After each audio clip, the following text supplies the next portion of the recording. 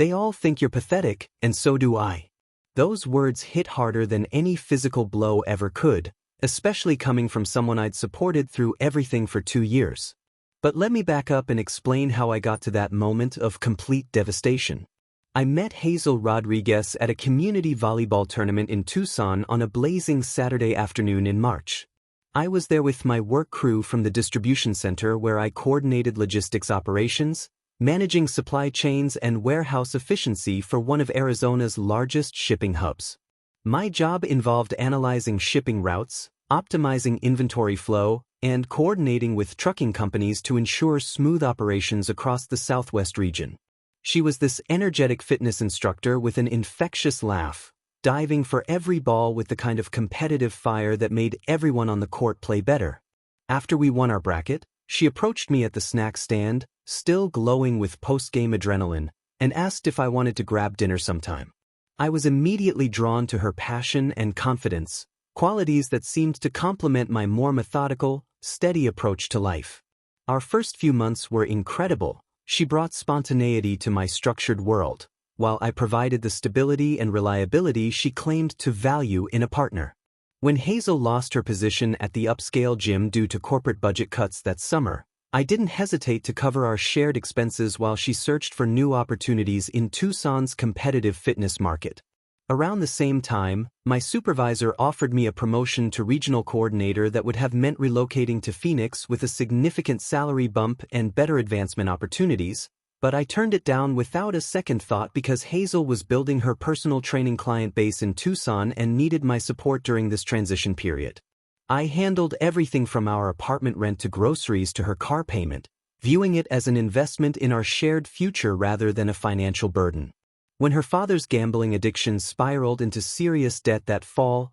threatening her family's modest home with foreclosure, I helped her navigate the complex financial crisis and even lent $3,000 for his rehabilitation program at a treatment center in Phoenix. During her brother Miguel's military deployment overseas, I was there for every tearful late-night phone call and tense family dinner where she needed emotional support while dealing with the constant worry about his safety. I genuinely cared about her family and wanted to be the dependable partner she could count on during difficult times. But somewhere around the 1-year mark, subtle changes began creeping into our relationship that I initially dismissed as normal relationship evolution or stress from her career transition. Hazel started following fitness influencers on social media obsessively, particularly those who documented extreme adventure sports, expensive international retreats, and luxury lifestyle content that seemed completely disconnected from our middle-class reality. She began making small but increasingly cutting remarks about our quiet evenings together,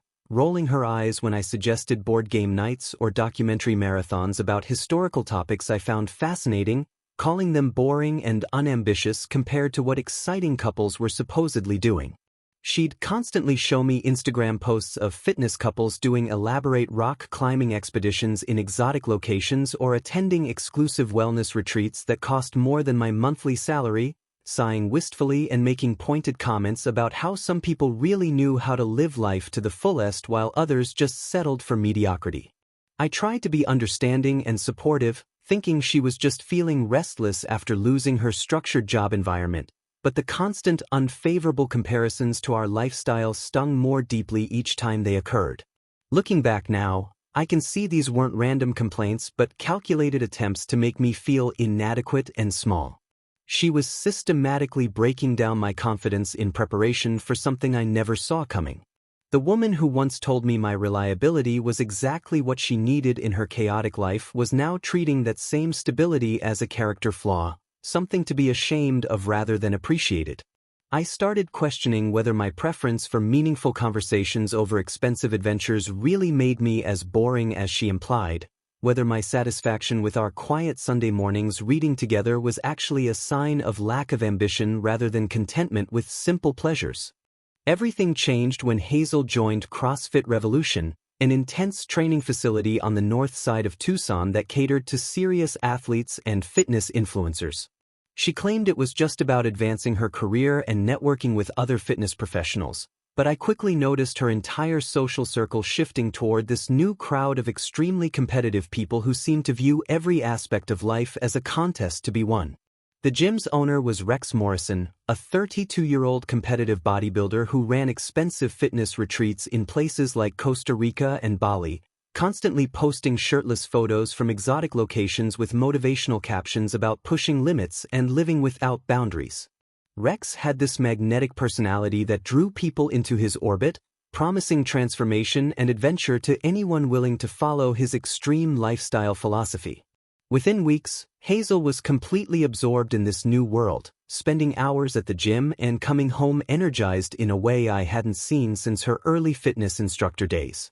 She started using fitness jargon constantly, talking about functional movement and metabolic conditioning like she was preparing for Olympic competition rather than just staying in shape.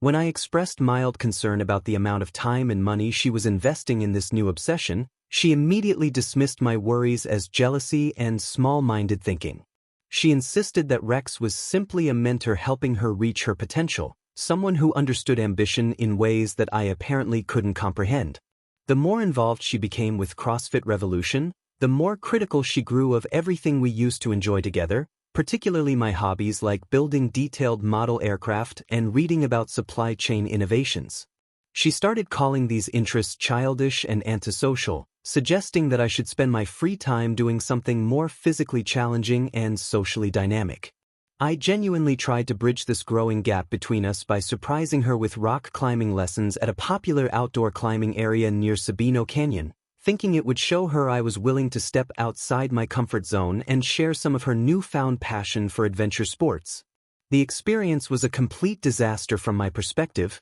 though she seemed to love every minute of it for all the wrong reasons. Instead of focusing on learning techniques or enjoying our time together, Hazel spent most of the session taking photos with Jake, our ruggedly handsome climbing instructor who looked like he belonged in an outdoor gear catalog. She posed for countless selfies and action shots while I struggled with basic holds, making it clear that visual documentation for her social media was more important than actually spending quality time together or helping me feel confident in this new activity. The emotional distance between us grew wider each week as she frequently canceled our planned evenings for last-minute CrossFit events, group workouts, or girls' fitness nights that mysteriously always included several members of Rex's inner circle. When I pointed out that these supposedly female-only gatherings seemed to have a lot of male participants, she accused me of being controlling and possessive, insisting that I didn't understand the community culture of serious fitness enthusiasts. I found myself spending more evenings alone, working on my model planes and wondering when our relationship had become something I had to compete for rather than something we built together. The irony wasn't lost on me that while I was meticulously assembling miniature aircraft with patience and precision, skills that required attention to detail I used in logistics coordination, she was dismissing these qualities as evidence of my small-minded approach to life. I started questioning whether the problem was really my supposedly boring personality or her inability to appreciate quiet dedication and consistent effort. The final straw came when she missed my birthday dinner, which I'd planned weeks in advance at a restaurant she'd mentioned wanting to try, because Rex had organized a spontaneous group workout followed by drinks downtown. She texted me 30 minutes after our reservation time to say something had come up, then posted Instagram stories throughout the night showing herself celebrating with her CrossFit crew while I sat alone eating leftover pizza.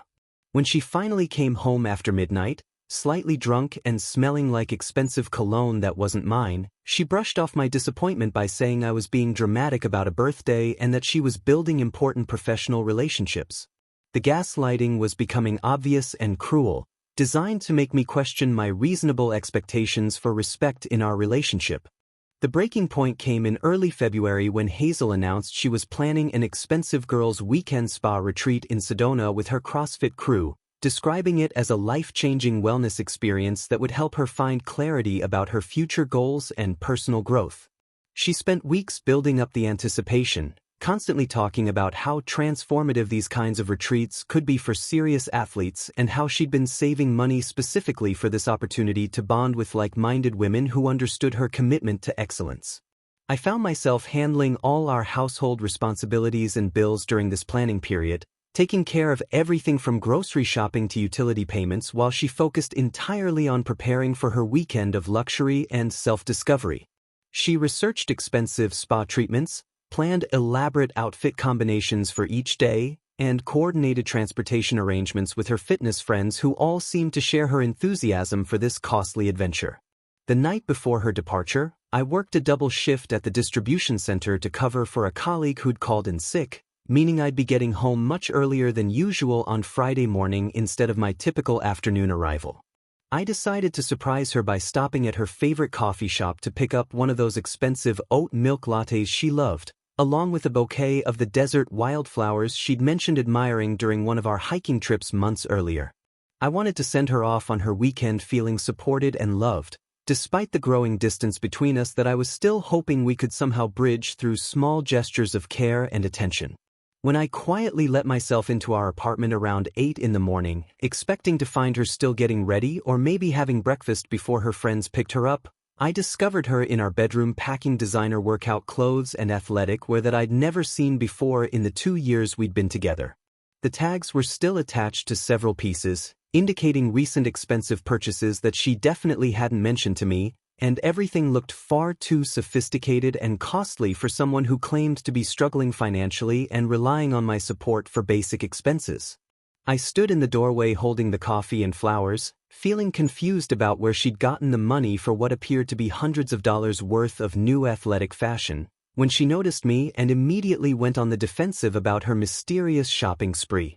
Rather than explaining the new clothes or thanking me for the thoughtful surprise, she launched into an aggressive interrogation about why I was home early and whether I was checking up on her, treating my gesture of kindness like an invasion of privacy instead of the romantic surprise I'd intended it to be. I tried to explain about covering the extra shift and wanting to wish her well before she left, but she seemed more concerned about my unexpected presence than appreciative of the effort I'd made to do something special for her departure. When I casually mentioned looking forward to hearing all about her weekend when she returned, expecting the normal response of a loving partner who was excited to share experiences with someone they cared about, she absolutely exploded with a fury that seemed to come from nowhere but felt like it had been building for months. Her face transformed into something I'd never seen before, filled with contempt and disgust, as she screamed that her friends all thought I was pathetic and so did she, that they constantly mocked my boring warehouse job and my loser hobbies whenever my name came up in conversation. She detailed how they laughed at my model airplane building, calling it childish and antisocial, how they pitted her for being stuck with someone so unambitious and small-minded, how they couldn't understand what she saw in a man who was satisfied with such a mediocre existence when she deserved so much more excitement and sophistication. The cruelty was breathtaking and clearly calculated, designed not just to hurt me in the moment but to completely destroy my sense of self-worth and leave me questioning everything I thought I knew about our relationship and my value as a person. She grabbed her weekend bag and stormed out without another word, leaving me standing alone in our bedroom holding wilted flowers and cold coffee, finally understanding that this wasn't spontaneous anger but a planned execution of our relationship that she'd been preparing for weeks. While Hazel was posting glamorous spa photos on Instagram throughout her weekend getaway, with Rex conveniently appearing in the background of several shots despite this supposedly being an all-female wellness retreat, I was methodically executing the most strategic exit plan of my life using the same organizational skills that made me effective at coordinating complex supply chain logistics. I'd learned from years of warehouse operations that successful major transitions required careful planning, precise timing, and flawless execution of multiple moving parts working together toward a single objective. Within 6 hours of her departure, I had contacted 3 apartment complexes in different parts of Tucson, scheduled viewing appointments for that afternoon, and begun researching lease termination procedures for our current place. I approached this like any complex logistics problem, creating a detailed timeline and checklist to ensure nothing would be overlooked during what needed to be a rapid but complete relocation process. By Saturday evening, I'd secured a 1-bedroom apartment in a quiet complex near my work, paid the deposit and first month's rent, and arranged for mail forwarding to begin immediately so she couldn't track my new address through any postal service inquiries or delivery attempts. I spent Sunday systematically packing all my belongings, starting with essentials and personal items, then moving on to furniture and larger items that would require the moving truck I'd reserved for early Monday morning. The precision I normally applied to inventory management served me well as I cataloged everything I owned, ensuring nothing would be left behind that could give her ammunition for future contact or manipulation attempts. I took photographs of the apartment's condition after removing my belongings, documenting everything to protect myself against potential deposit disputes or false damage claims that might arise once she discovered my departure. The most satisfying part of my exit strategy was the financial cleanup I performed with the same attention to detail I used when auditing shipping manifests for discrepancies. I removed my name from all shared utilities, cable, internet, and subscription services, ensuring she'd face immediate reality about the cost of maintaining her lifestyle without my financial support subsidizing her choices. I contacted our shared credit card company and had myself removed as an authorized user after downloading and printing detailed statements showing her expensive weekend charges, including spa treatments, high-end restaurant meals, and luxury hotel accommodations that clearly exceeded what any reasonable person would consider appropriate for someone claiming financial hardship. The irony wasn't lost on me that she'd used my financial support to fund a weekend retreat designed to help her clarity about leaving me, essentially making me pay for my own emotional destruction. I left these printed statements on the kitchen counter along with a single handwritten note that simply said, "Tell your friends the joke just got better," referencing her cruel claim about how her fitness crew mocked my supposedly pathetic existence. I also calculated the exact amount I'd spent supporting her over the previous 6 months, totaling nearly $8,000 in direct financial assistance, and included that figure on a separate sheet with a notation that our financial partnership was permanently dissolved as of that date. Before leaving the apartment for the final time, I blocked her phone number, email address, and all social media accounts, understanding from my experience with supply chain security that the most effective way to prevent future problems was to eliminate all possible channels of unwanted contact. I changed my phone number entirely, updated my contact information with work and family members, and created new social media accounts under slightly different names to ensure she couldn't find me through mutual connections or search functions. The moving truck arrived at 7 Monday morning, and by noon I was completely settled in my new apartment, unpacking my belongings in a space that felt like freedom rather than the emotional prison our shared apartment had become over the past several months. With Hazel completely removed from my life, I threw myself into career advancement with an intensity and focus that had been impossible while dealing with her constant emotional demands and financial drain on my resources. I enrolled in an advanced supply chain management certification program at the University of Arizona, using the money I'd previously been spending on her lifestyle to invest in my professional development and long-term career prospects. The coursework was challenging but intellectually stimulating, covering topics like international logistics, warehouse automation, and strategic procurement that directly applied to my daily work at the distribution center. I started attending industry networking events and professional conferences that I'd been too financially strained to afford during our relationship, making connections with logistics professionals from major corporations throughout the Southwest region. My work performance improved dramatically without the constant emotional stress and distraction of managing Hazel's crises and demands,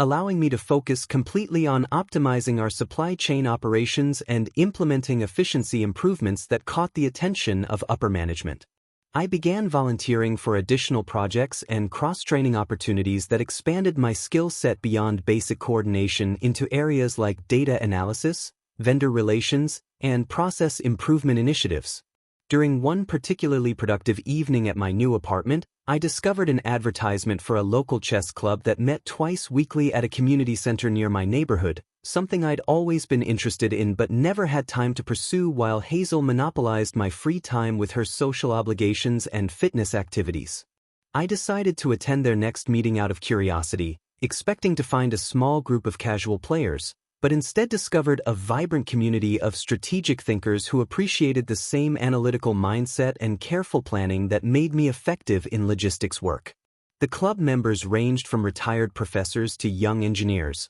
all united by their love of intellectual competition and systematic thinking, creating an environment where my natural tendency toward methodical analysis was valued rather than mocked as boring or antisocial. I quickly became a regular participant, finding genuine enjoyment in the mental challenges and forming friendships with people who shared my appreciation for quiet intelligence and strategic patience. Chess provided the perfect outlet for my competitive instincts while requiring the same skills I used professionally: pattern recognition, forward planning, and adaptive problem-solving under pressure. My rating improved steadily over several months as I studied classic games, practiced tactical puzzles, and learned from more experienced players who became mentors rather than critics. The intellectual stimulation and social connection I found at the chess club filled a gap in my life that I hadn't even realized existed during my relationship with Hazel, when all my social activities had revolved around her fitness-obsessed friends who had no interest in anything beyond physical appearance and social media validation.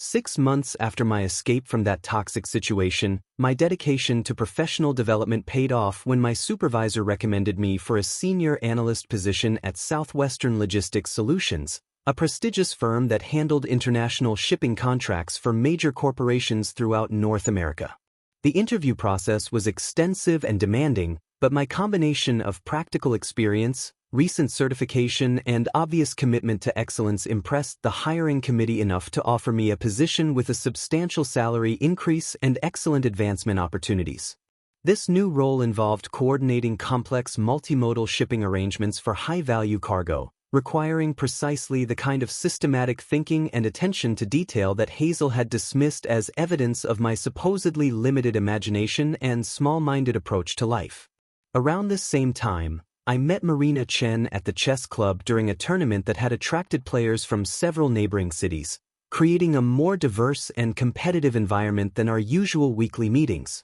She was a librarian at the University of Arizona with a master's degree in information science, someone who appreciated the value of quiet intelligence and systematic organization in ways that felt completely natural and comfortable rather than forced or artificial. Hazel's return from her supposedly life-changing wellness retreat turned into an immediate disaster when she discovered my complete disappearance and the sudden financial reality of maintaining her lifestyle without my support subsidizing her choices. According to mutual friends who couldn't resist sharing the drama, she'd arrived at our former apartment Sunday evening expecting to find me waiting anxiously for her return, probably hoping to apologize for her cruel outburst and beg her to give our relationship another chance. Instead, she found empty rooms, disconnected utilities, and my note referencing her friend's mockery, finally understanding that her calculated cruelty had backfired spectacularly. The financial crisis hit her immediately when she tried to use our shared credit card for groceries and discovered I'd removed myself as an authorized user, leaving her with no access to the financial safety net she'd taken for granted throughout our relationship.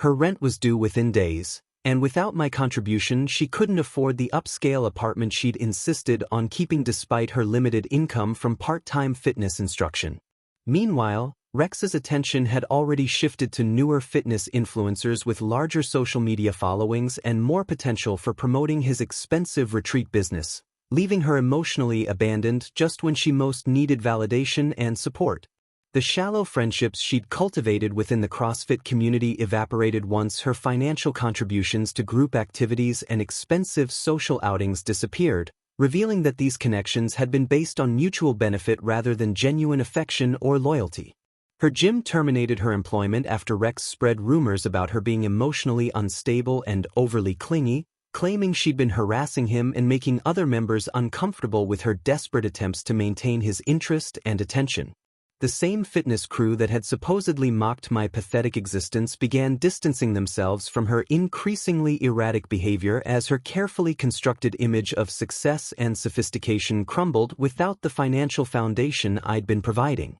Through a series of increasingly desperate phone calls made from borrowed phones since she couldn't afford her cell service, frantic voicemails left on numbers she'd managed to find through mutual connections, and surprise visits to my workplace that security had to handle, Hazel attempted every manipulation tactic she could devise to force me back into her life. She initially tried anger and accusations, claiming I was cruel and vindictive for abandoning someone who'd simply been honest about her feelings, conveniently forgetting that her honesty had involved publicly humiliating me and calling me pathetic. When aggression failed, she switched to desperate pleading, insisting that Rex had manipulated and corrupted her judgment, that she'd never really meant the horrible things she'd said about me and my supposedly boring lifestyle. She claimed to realize now that my stability and reliability were exactly what she'd needed all along, that she'd been confused by Rex's flashy promises and had made a terrible mistake in not appreciating what we'd built together over 2 years. The most pathetic attempt came when she showed up at the distribution center during my lunch break, creating a scene in the parking lot while my coworkers watched through the windows, begging me to give her another chance while promising she'd changed completely and learned to value the right things in life. I remained completely unmoved by her performance, having built emotional immunity through the combination of therapy sessions I'd started attending and the supportive relationships I'd developed with my chess club friends and Marina, all of whom had helped me understand that her behavior represented a pattern of manipulation rather than genuine remorse. Her desperation intensified as her financial situation deteriorated further, forcing her to move back in with her sister's family in a cramped apartment while working minimum-wage retail jobs that she considered beneath her previous status as a fitness professional. The social media posts that had once showcased her glamorous lifestyle became increasingly bitter inspirational quotes about toxic relationships and knowing your worth, clearly directed at me but fooling no one about the real source of her misery. Her former fitness friends began mocking her downfall on their own social platforms, sharing screenshots of her desperate messages and commenting about people who burned bridges and then expected others to rebuild them. 6 months later, at our mutual friend Derek's outdoor wedding reception in Scottsdale, I arrived confidently with Marina on my arm, both of us dressed elegantly and radiating the kind of genuine happiness that comes from being with someone who truly appreciates you rather than tolerates you for financial benefit. Marina wore a beautiful navy blue dress that complemented her intelligence and grace, while I felt more confident and self-assured than I had in years, finally understanding what it meant to be valued for my actual qualities rather than criticized for imaginary shortcomings. We moved through the reception easily, reconnecting with old friends who commented on how much happier and more relaxed I seemed compared to the last time they'd seen me during my relationship with Hazel. Marina charmed everyone she met with her quick wit and genuine interest in other people's lives, demonstrating the kind of social grace that comes from confidence and kindness rather than manipulation and image management. I noticed Hazel immediately when we arrived, sitting alone at a corner table near the bar, clearly struggling financially based on her outdated dress and desperate attempts to network with other guests who seemed uncomfortable with her obvious agenda. She looked smaller than I remembered, not just physically but in terms of presence and confidence, like someone who'd been diminished by a series of poor choices and was still trying to figure out how to rebuild what she'd carelessly destroyed. Her hair was different, cheaper looking, and she kept checking her phone with the frantic frequency of someone hoping for rescue that wasn't coming from any source she could identify or control. During the dinner break, while Marina was chatting with Derek's cousin about library science programs, Hazel approached our table with the kind of forced smile that couldn't hide her desperation and made the other guests uncomfortable with its obvious artificiality. She loudly declared her regret about how things had ended between us, claiming that Rex had corrupted her judgment and manipulated her into making decisions that went against her true feelings about our relationship and my value as a partner. Her voice carried across the reception area as she begged for another chance, insisting that she'd learned valuable lessons about appreciating stability and genuine love over excitement and superficial attraction. The other wedding guests began staring as her voice rose with increasing desperation, clearly embarrassed by the public spectacle she was creating at someone else's celebration. I remained completely calm and composed as I responded that her cruelty hadn't been Rex's influence but rather a revelation of her true character, something that had actually freed me to find genuine happiness with someone who appreciated rather than degraded the qualities that made me who I was. I explained that calling me pathetic had been the best thing she could have done for my self-respect and future prospects, since it forced me to recognize that I deserved better treatment than what she'd been providing throughout our relationship. Marina returned to our table during this confrontation, immediately understanding the situation and positioning herself supportively beside me without seeming threatened or jealous, demonstrating the kind of secure confidence that comes from being in a healthy relationship built on mutual respect and genuine affection. As the wedding guests continued watching this awkward drama unfold, I stood up and extended my hand to Marina, politely excusing us from the conversation and walking away without looking back at Hazel's increasingly desperate attempts to continue the discussion. We moved onto the dance floor where other couples were enjoying the evening's music, leaving Hazel alone at her table while we celebrated with friends who now clearly understood the stark contrast between my current happiness and the toxic dynamic that had characterized my previous relationship. The last image I had of her was through the reception tent's window as Marina and I danced to a slow song, seeing Hazel sitting by herself scrolling through her phone while everyone else enjoyed the celebration of love and commitment that she'd never truly understood or appreciated. 6 months later, I heard through Derek that Hazel had moved to Phoenix, supposedly for a fresh start with some new fitness opportunity that probably wouldn't work out any better than her previous schemes. I genuinely hoped she'd eventually find whatever she was actually looking for and learn to build something real rather than just taking advantage of other people's generosity and goodwill, but honestly couldn't bring myself to care very much about her future prospects or personal growth journey.